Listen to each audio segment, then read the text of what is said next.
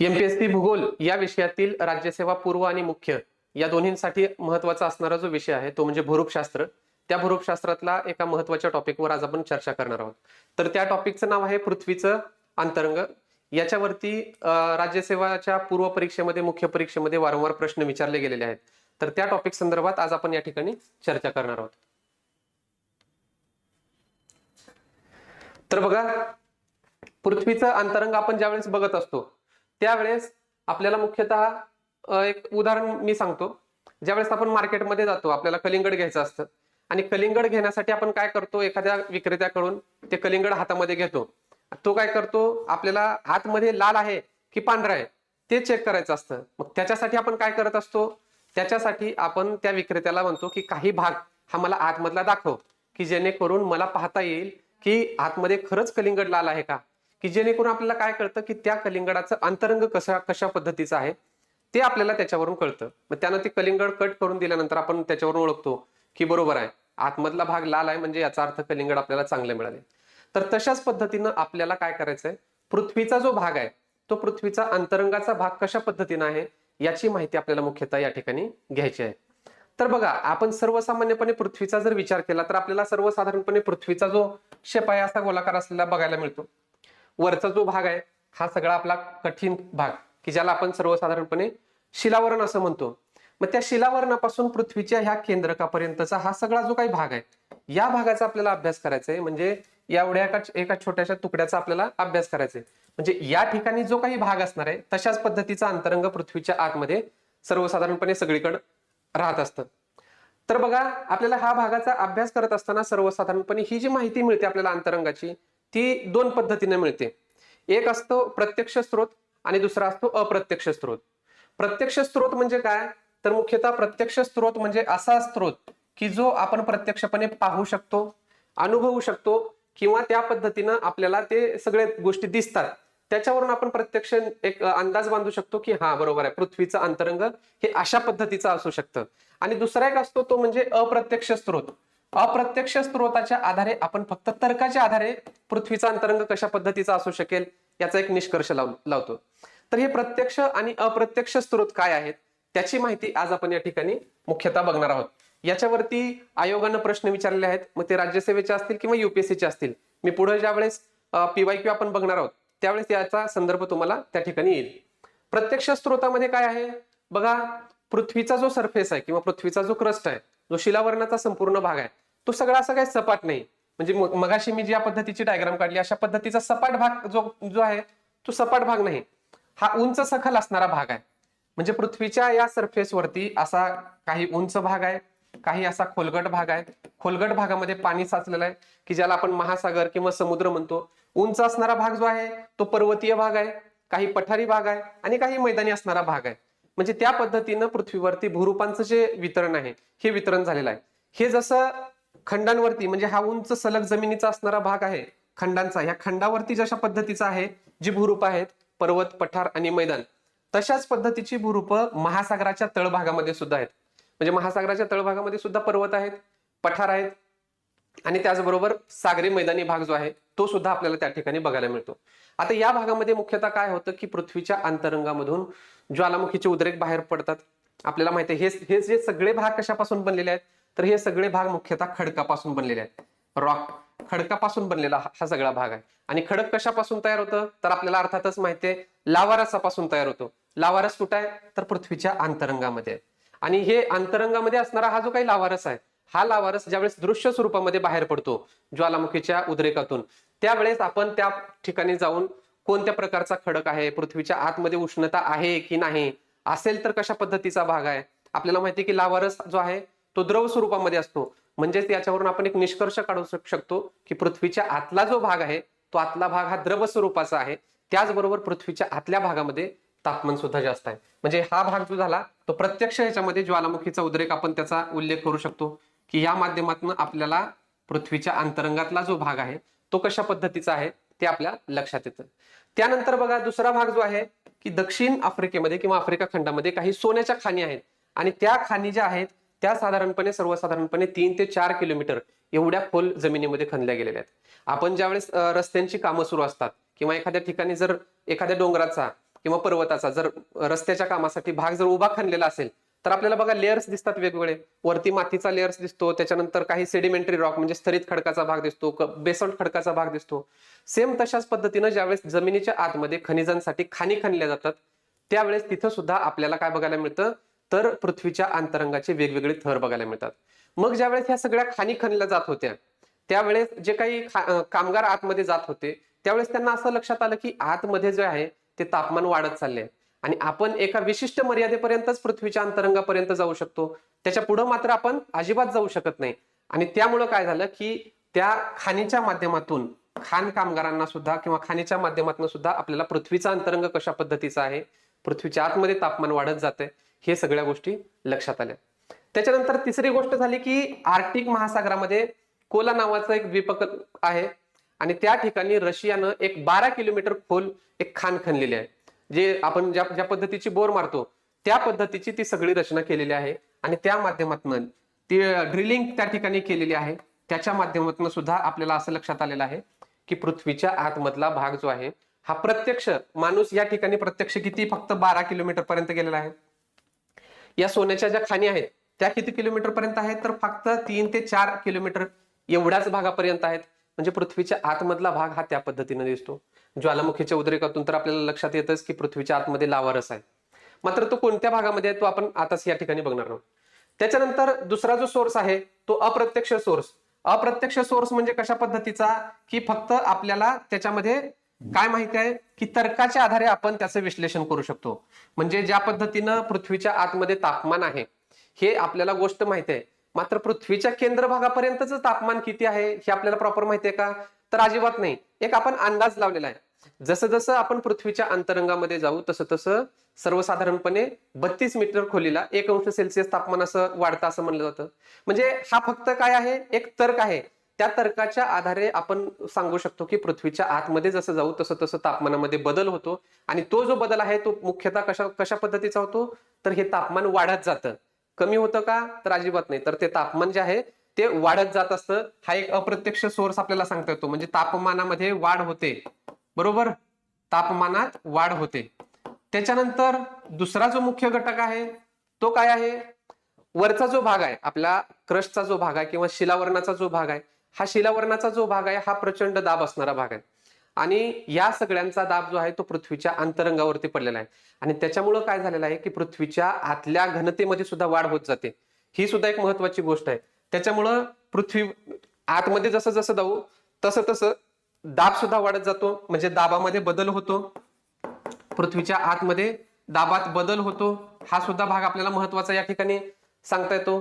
त्याचबरोबर अजून काय गोष्ट होते की ह्या वाढत्या दाबामुळं घनतेमध्ये सुद्धा वाढ होते. म्हणजे घनतेमध्ये बदल होतो, घनतेत बदल होतो. म्हणजे बदल होतो म्हणजे काय होते तर घनता जी आहे ती वाढते. सर्वसाधारणपणे जर आपण बघितला तर पृथ्वीच्या केंद्र भागापर्यंतची ही घनता जी आहे ती वेगळी आहे. म्हणजे साधारणपणे 13.6 ग्रॅम पर घन सेंटीमीटर इतकी आहे आणि वरचा जो भाग आहे शिलावरणाचा हा वरचा क्रस्टचा भाग इथली घनता वेगळी आहे. म्हणजे या पद्धतीनं घनतेमध्ये सुद्धा वाढ होते. त्याच्यानंतर आणखी एक पुरावा जो सापडला की जो आपण पृथ्वीचा अंतरंग कशा पद्धतीचा असू शकतं याचा एक महत्वाचा पुरावा तो म्हणजे उल्का वर्षाव. ज्या वेळेस उल्का वर्षाव होतो अवकाशातनं पृथ्वीच्या दिशेनं त्यावेळेस त्या उल्का म्हणजे काय असतात तर दुसऱ्या कुठल्या तरी ग्रहाचा तो तुकडा असतो. आता आपली जी पृथ्वी आहे ही आपली पृथ्वी ही सुद्धा कुठल्या तरी एका ग्रहाचा भागच आहे. तर तशाच पद्धतीनं उल्कांचे तुकडे ज्यावेळेस पृथ्वीवरती पडतात म्हणजे उदाहरणार्थ सांगायचं झालं तर लोणार या ठिकाणी उल्कापातामुळे तयार झाले मोठं सरोवर आहे. तर त्या भागामध्ये त्या उल्काच्या त्या सगळ्या अवशेषांमुळे जे काही खनिज सापडतात, जे काही खडकांचे गुणधर्म सापडतात त्यावरून फक्त एक अंदाज लावला जाऊ शकतो की पृथ्वीचं जे काही अंतरंग आहे ते सुद्धा त्याच पद्धतीचं असू शकतं. ओके, म्हणजे उल्का वर्षाव होतो त्याच्यावरून एक आपण मुख्यतः तर्क लावू शकतो. त्याच्यानंतर सगळ्यात महत्वाचं आहे ते म्हणजे गुरुत्वाकर्षणातील बदल. आता गुरुत्वाकर्षणातील बदल म्हणजे काय आपल्याला माहिती आहे की पृथ्वीवरची कुठलीही वस्तू जी आहे ती पृथ्वीच्या केंद्र भागाकडे खेचली जाते, त्याला आपण सर्वसाधारणपणे गुरुत्वाकर्षण असं म्हणतो. आता आपण जर बघितलं तर बघा मी या ठिकाणी जी काही पृथ्वी काढली ती गोलाकार काढली आहे, परंतु सर्वसाधारणपणे पृथ्वीचा आकार हा असा गोलाकार नसून तो असा अंडाकृती आहे. या पद्धतीचा तो आकार आहे, अंडाकृती आकार आहे. आता हा आकार ज्या पद्धतीचा आहे त्याच्यानुसार केंद्र किती होतं. मग गुरुत्वाकर्षण शक्तीच्या त्या कार्यामुळे काय होतं की पृथ्वीच्या केंद्र भागापासून जो भाग पृथ्वीचा केंद्र भागाशी जवळ असेल तिथं गुरुत्वाकर्षण सर्वात जास्त असेल आणि जो भाग सर्वात लांब असेल तिथं गुरुत्वाकर्षण शक्ती सर्वात कमी असेल. म्हणजे थोडक्यात याच्यामध्ये बघा सोप्या पद्धतीने जर सांगायचं झालं, हे जे आहे पृथ्वीचं केंद्रक आहे. पृथ्वीचं केंद्रक आपल्या सर्वसाधारणपणे भूपृष्ठापासून 6371 किलोमीटर एवढ्या खोलीवरती आहे. या केंद्र भागापासून मुख्य आपण जर ही रेषा काढली की ज्याला आपण विषुववृत्त किंवा इक्वेटर असं म्हणतो, त्याच्यापासून इकडे 2 ध्रुव आहेत. या ध्रुववृत्ताला जर आपण हे सगळे दोन्ही जोडले तर बघा या केंद्र भागापासून म्हणजे ए या पॉइंट पासून हा इकडचा बी पॉइंट आणि हा इकडचा सी पॉइंट जवळचा कोणता पॉइंट आहे. तर आपण सर्वसाधारणपणे बघायला गेलं तर हे जे अंतर आहे हे अंतर केंद्र भागापासून जवळचं आहे. त्याच्यामुळं पृथ्वीच्या केंद्र भागापासून ध्रुवावरती म्हणजे उत्तर ध्रुव असेल किंवा दक्षिण ध्रुव या दोन्ही ध्रुवांवरती गुरुत्वाकर्षण शक्ती जी आहे ती जास्त असते आणि विषुववृत्तावरती ही गुरुत्वाकर्षण शक्ती हळूहळू कमी होते. ध्रुवांच्या तुलनेमध्ये विषुववृत्तावरती ही गुरुत्वाकर्षण शक्ती कमी आहे. त्याच्यामुळं काय होतं की या गुरुत्वाकर्षण शक्तीचा परिणाम सुद्धा होतो आणि त्याच्यावरून सुद्धा पृथ्वीच्या अंतरंगामध्ये या पद्धतीचं स्वरूप असेल किंवा पृथ्वीचा अंतरंग कशा पद्धतीचा असेल हे गुरुत्वाकर्षण शक्तीवरून आपल्याला मुख्यतः सांगता येतं. याचं अजून एक सोपं उदाहरण तुम्हाला जर सांगायचं झालं तर बघा काय होतं, आपल्या भारतामध्ये जे काही सॅटेलाइट लॉन्च केले जातात त्याची जर आपण केंद्र जर बघितली तर मुख्य केंद्र कुठं आहेत तर ती दक्षिण भारतामध्ये आहेत. दक्षिण भारतामध्ये का, कारण दक्षिण भारत हा विषुववृत्तापासून जवळ आहे. केरळमध्ये थुंबा नावाचं ठिकाण आहे बघा, त्याच्यानंतर श्रीहरिकोटा आहे. ही सगळी दक्षिणेकडची ठिकाणं आहेत बरोबर.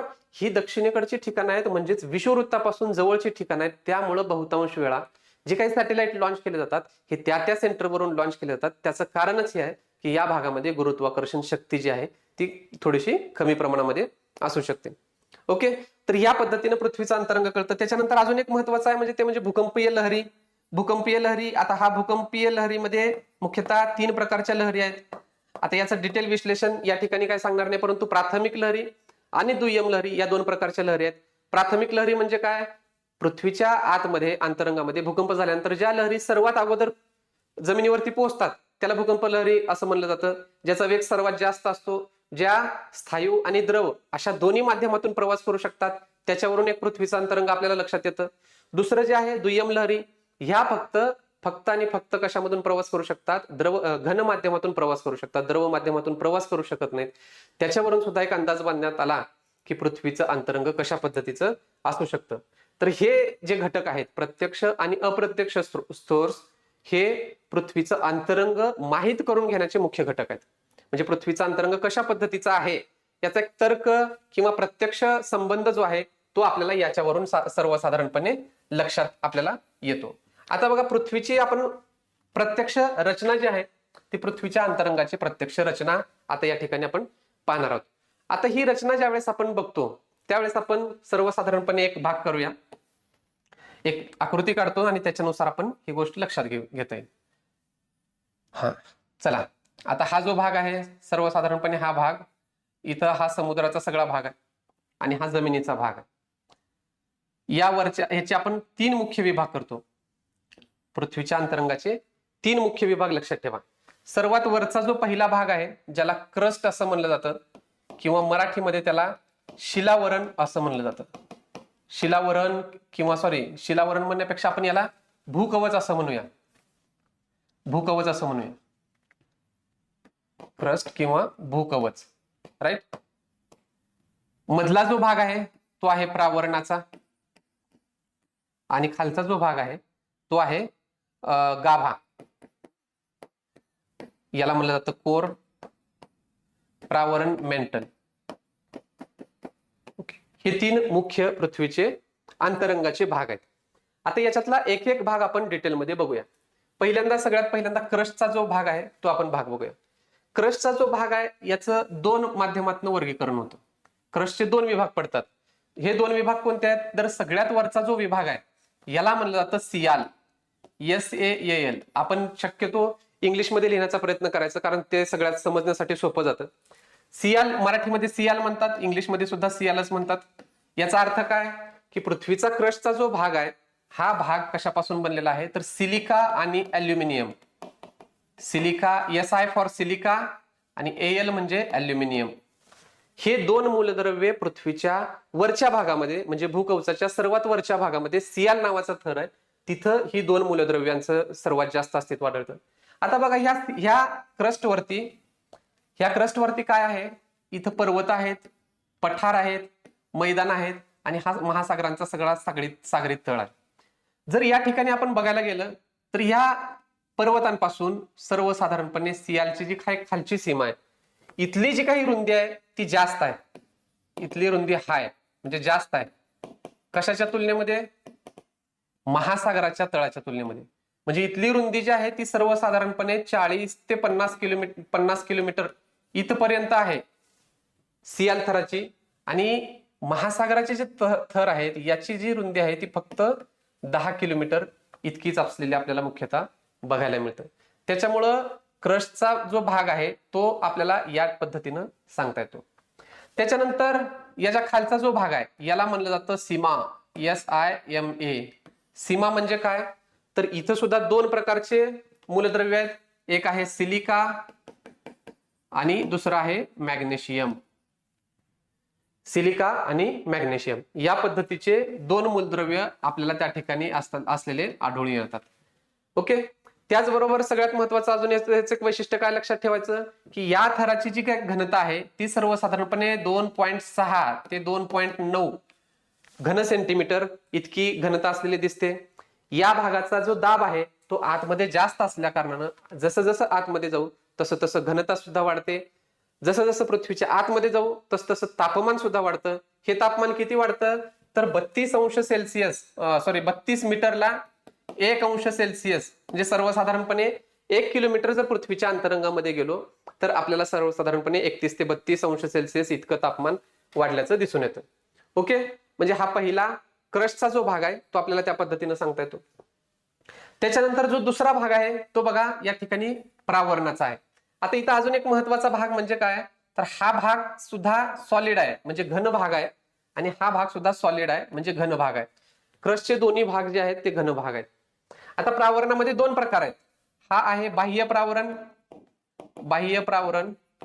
आणि दुसरा जो भाग आहे तो आंतरप्रावरण. बाह्य प्रावरण आणि आंतरप्रावरण.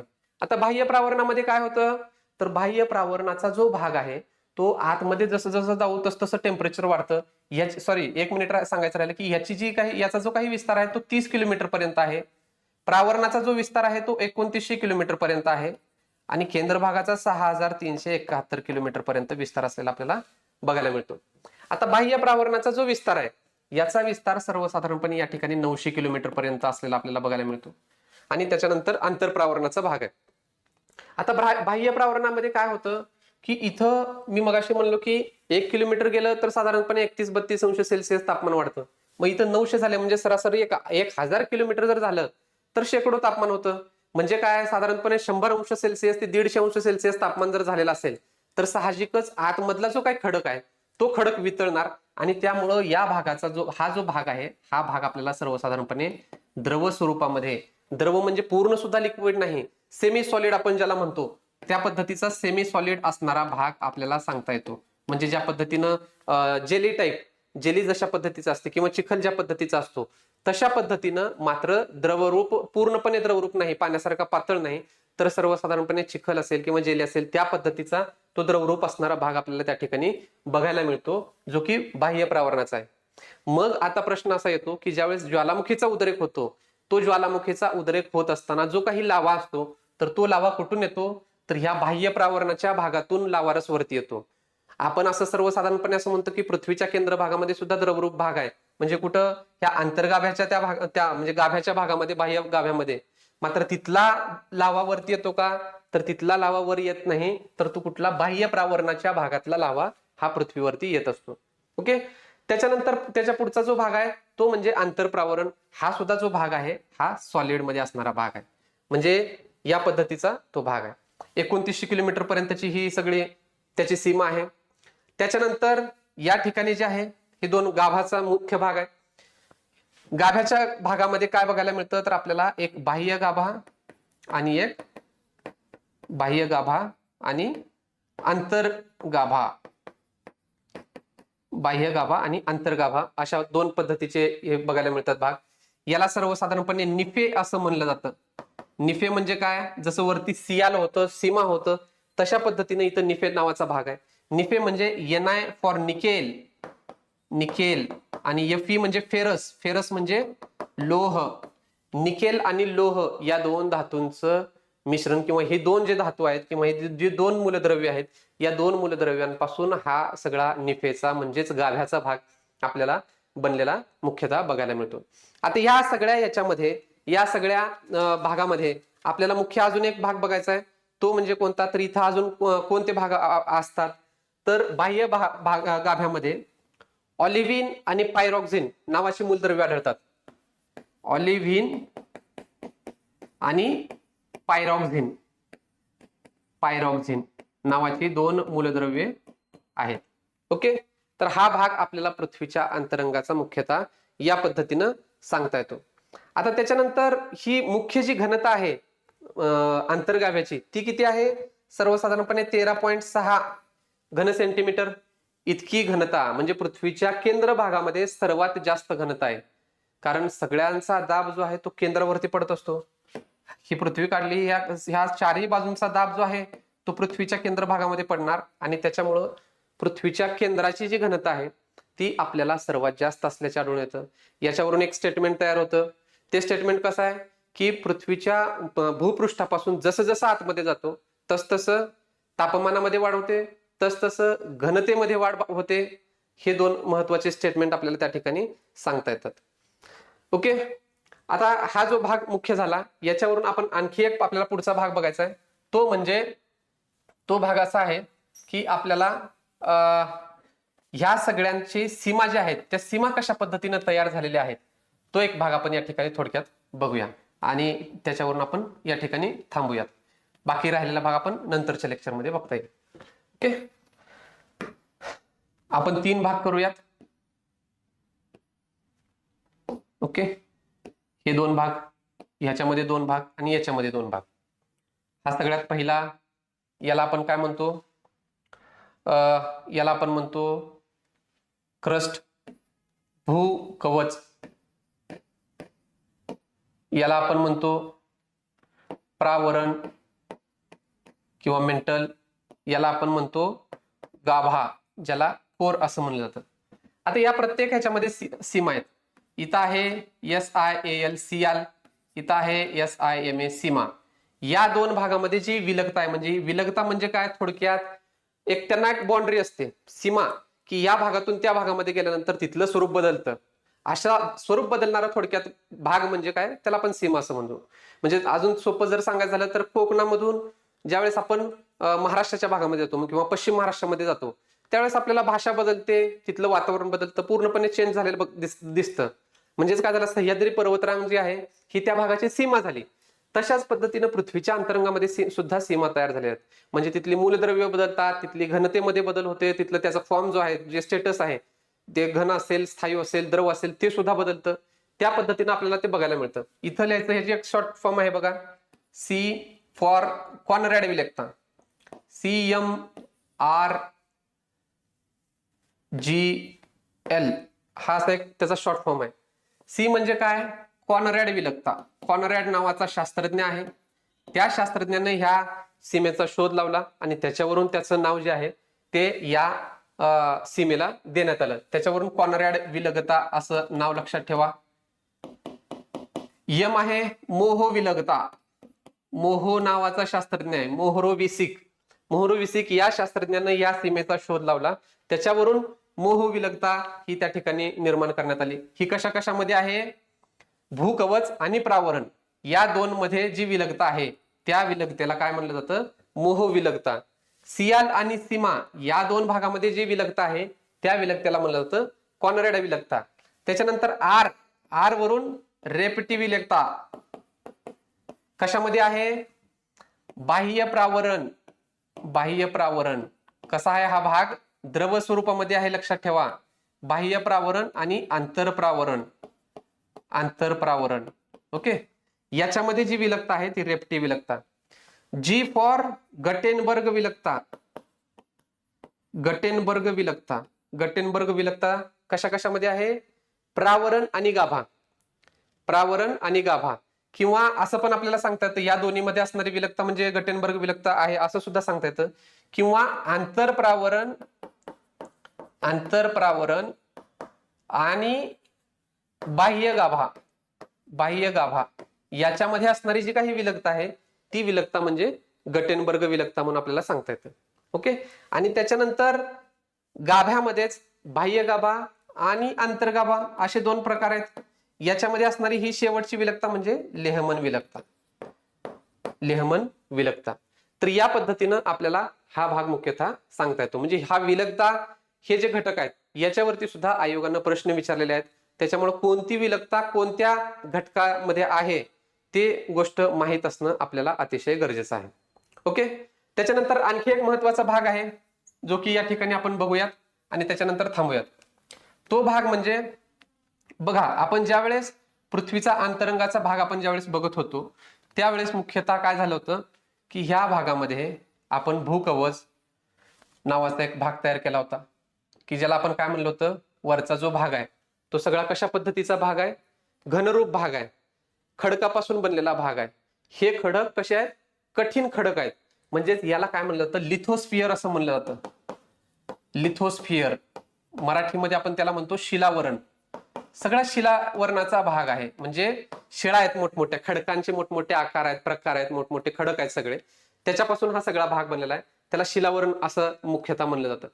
त्याच्यानंतर त्याच्या आतमध्ये ज्या वेळेस येतो, आता हा भाग कुठपर्यंत आहे तर याच्यामध्ये सर्वसाधारणपणे पूर्ण क्रस्टचा भाग, क्रस्टचा म्हणजे भूकवचाचा भाग, भूकवच किती 30 किलोमीटर पर्यंत आहे.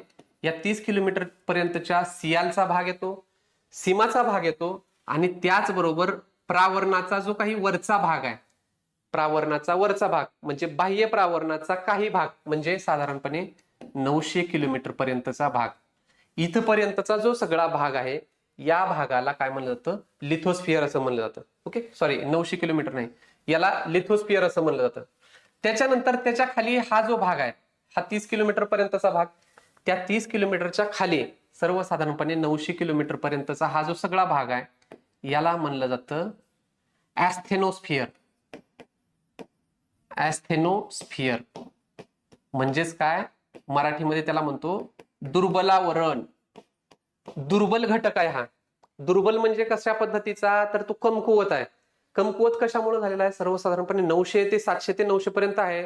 तिथं टेम्परेचर हाय असणार. हाय टेम्परेचरमुळे काय होतं की खडक वितळतो, खडक थोडक्यात खडक मऊ होतो आणि मृदू खडक झाल्यामुळे तिथला भाग जो आहे तो अस्थिर असतो. राईट. आणि अस्थिर असल्यामुळं त्याला दुर्बलावरण असं म्हणलं जातं. आता हा दुर्बलावरणाचा भाग जो आहे याच्यामध्ये काय काय समाविष्ट होतं बघा. याच्यामध्ये सगळ्यात महत्वाचा भाग समाविष्ट होतो तो शिलावरणामध्ये. आपण पहिल्यांदा बघू. शिलावरणामध्ये सियालचा भाग तयार होतो, सीमाचा भाग तयार होतो आणि प्रावरणाचा म्हणजे बाह्य प्रावरणाचा काही भाग असतो. बाह्य प्रावरणाचा काही भाग. ओके. हा लिथोस्फिअर मध्ये असतो. ऍस्थेनोस्फिअर मध्ये काय असतं? फक्त आणि फक्त बाह्य प्रावरणाचा भाग असतो. बाह्य प्रावरण, फक्त बाह्य प्रावरणाचा भाग हा ऍस्थेनोस्फिअर मध्ये असतो. आणि त्याच्यानंतर त्याच्या खालचा जो भाग आहे जो की आंतरप्रावरण ह्याला म्हणलं जातं मेझोस्फिअर. मेझोस्फिअर म्हणजेच मध्यावरण. मध्यावरणामध्ये कशाचा भाग समाविष्ट होतो तर बाह्य प्रावरणाचा काही भाग, बाह्य प्रावरण आणि आंतरप्रावरण. आंतरप्रावरण हे दोन्ही भाग जे आहेत हे मध्यावरणामध्ये मुख्यतः समाविष्ट होतात. आणि सगळ्यात शेवटचा जो गाभ्याचा भाग आहे, गाभ्याच्या भागामध्ये कशाचा समावेश होतो तर त्याला म्हणलं जातं बॅरोस्फिअर. बॅरोस्फिअर. बॅरोस्फिअर म्हणजे आंतरगाभा किंवा ज्याला गाभा आपण किंवा निफे ज्याला म्हणतो त्याचा, त्या निफेचा भाग जो आहे, गाभ्याचा भाग जो आहे त्याला बॅरोस्फिअर असं म्हणलं जातं. बाह्य प्रावरण आणि आंतरप्रावरण जे असतं त्याला मेझोस्फिअर किंवा मध्यावरण असं म्हणलं जातं. दुर्बलावरणामध्ये किंवा ऍस्थेनोस्फिअर मध्ये फक्त आणि फक्त बाह्य प्रावरणाच्या वरचा भाग थोडासा येतो की जो कमकुवत भाग असतो, सर्वसाधारणपणे सेमी सॉलिड फॉर्म मध्ये असतो आणि ह्या भागावरतीच म्हणजे ऍस्थेनोस्फिअर वरतीच सियाल आणि सीमा नावाची जी काही भूखंड आहेत किंवा लिथोस्फिअरचा जो भाग आहे तो लिथोस्फिअरचा भाग त्याच्यावरती तरंगतोय असं सर्वसाधारणपणे म्हटलं जातं. म्हणजे महासागराचे तळ असतील किंवा खंड असतील हे सगळे या ऍस्थेनोस्फिअर या भागावरती किंवा त्या भागावरती ते तरंगतायत असं सर्वसाधारणपणे समजलं जातं. आणि शिलावरणामध्ये सियाल असेल किंवा संपूर्ण भूकवच आणि बाह्य प्रावरणाचा काही भाग त्या ठिकाणी समाविष्ट होतो. ओके, आता त्यानंतर पुढच्या भागामध्ये ह्या सगळ्या घटकावरती PYQ ला काय काय प्रश्न आले होते ते आपण मुख्यतः या ठिकाणी बघणार आहोत. तर चला सुरू करूयात. बघा या ठिकाणी काय म्हणले, भूकवच व प्रावरण याच्या दरम्यान असणाऱ्या थरास टिंबटिंब असे म्हणतात. राज्यसेवा मुख्य परीक्षेला 2023 ला हा प्रश्न आला होता. भूकवच आणि प्रावरण आपण मगाशी एक डायग्राम काढली होती, CMRGL हे लक्षात वरून खाली लक्षात ठेवायचं होतं. भूकवच म्हणजे सगळ्यात वरती भूकवच आहे, सी तर हे फक्त भूकवचामध्येच आहे, सियाल आणि सीमामध्ये, त्याच्यामुळे हे येत नाही. आणि प्रावरण, प्रावरण आणि हे त्याच्यामध्ये जे घटक येतो तो म्हणजे मोहविलगता. ओके, त्याच्यामुळे इथं काय ऑप्शन मध्ये विचरट विलगता, ही तर विलगताच नाही, त्याच्यामुळे हे इलिमिनेट होतं आपोआप. मोहविलगता आहे आणि गुटेनबर्ग, गुटेनबर्ग तर निफे म्हणजे गाभा आणि प्रावरण याच्यामध्ये आहे, त्याच्यामुळे योग्य पर्याय जे आहे ते मोहविलगता. फक्त बी हे उत्तर याचं बरोबर आपल्याला सांगता येतं. पुढचा प्रश्न बघा, राज्यसेवा मुख्य परीक्षा 2023 ला आलेला होता. खालीलपैकी कोणती विधाने बरोबर नाहीत म्हणजेच काय चुकीचे आहेत असं विचारले. चुकीचं कोणतं आहे ते विचारले आपल्याला. ओके, बघा काय ए विचारलं, ए आहे पी आणि एस लहरी पृथ्वीच्या अंतर्गत भागात खालच्या थरात खूप खोलवर प्रवेश करतात. पी आणि एस म्हणजे काय, P for primary waves, S for secondary waves, प्राथमिक लहरी आणि दुय्यम लहरी. पृथ्वीच्या अंतर्गत भागात, अंतर्गत भागात म्हणजे कुठं तर गाभ्याच्या भागामध्ये खालच्या थरात म्हणजे सगळ्यात शेवटचा थर खूप खोलवर प्रवेश करतात. हे वाक्य बरोबर आहे का? तर आता इथं आपल्याला एक बघावं लागेल की पी या वेव्हज ज्या आहेत त्या कुठल्याही थरातून प्रवेश करू शकतात, द्रव माध्यमातून सुद्धा करू शकतात, मात्र एस या लहरी ज्या आहेत त्या जाऊ शकत नाहीत, त्याच्यामुळे हे चुकीचं आहे. ओके, त्याच्यानंतर बघा पृथ्वीच्या अंतरंगात सीमा थर सियाल थराच्या वर आढळतो. हे वाक्य बरोबर आहे का? पृथ्वीच्या अंतरंगात सीमा थर सियाल थराच्या वर आढळतो, तर सीमा हा खाली आहे आणि सियाल हा वर आहे, त्याच्यामुळे हे वाक्य चुकीचं आहे. त्याच्यानंतर पृथ्वीच्या अंतरंगातील निफे थराला बॅरेस्फियर असं सुद्धा म्हणतात, हे सुद्धा बरोबर आहे.